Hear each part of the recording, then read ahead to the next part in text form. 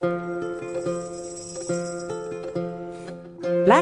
Audiobooks presents Bone of Contention by Roberta Gellis.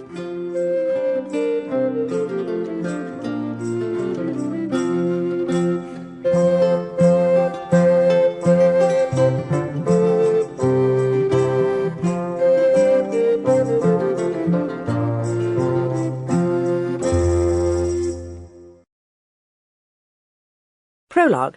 Spring 1134, near Culham. Carl Butcherson quietly followed after the maidservant he'd been futtering toward the small grassy clearing where her mistress was waiting for her. The maid was a tasty piece, but he had an appetite for sweeter, softer flesh.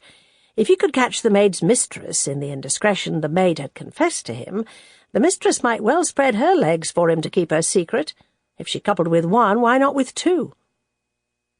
He heard his doxy cry out in surprise or pain, and wriggled quickly to where he could see. He expected to get a fillip of pleasure from seeing the girl beaten because he had made her late. But what he did see made his breath catch in his throat. Him! He had seized the maid and was holding her with her back to him, and he saw what was at the maid's feet.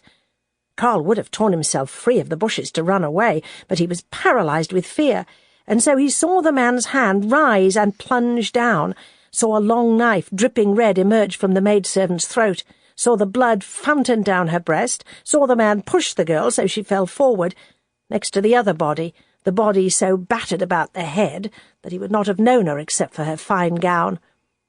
Carl choked back a cry of terror and began to squirm backward out of the ring of brush.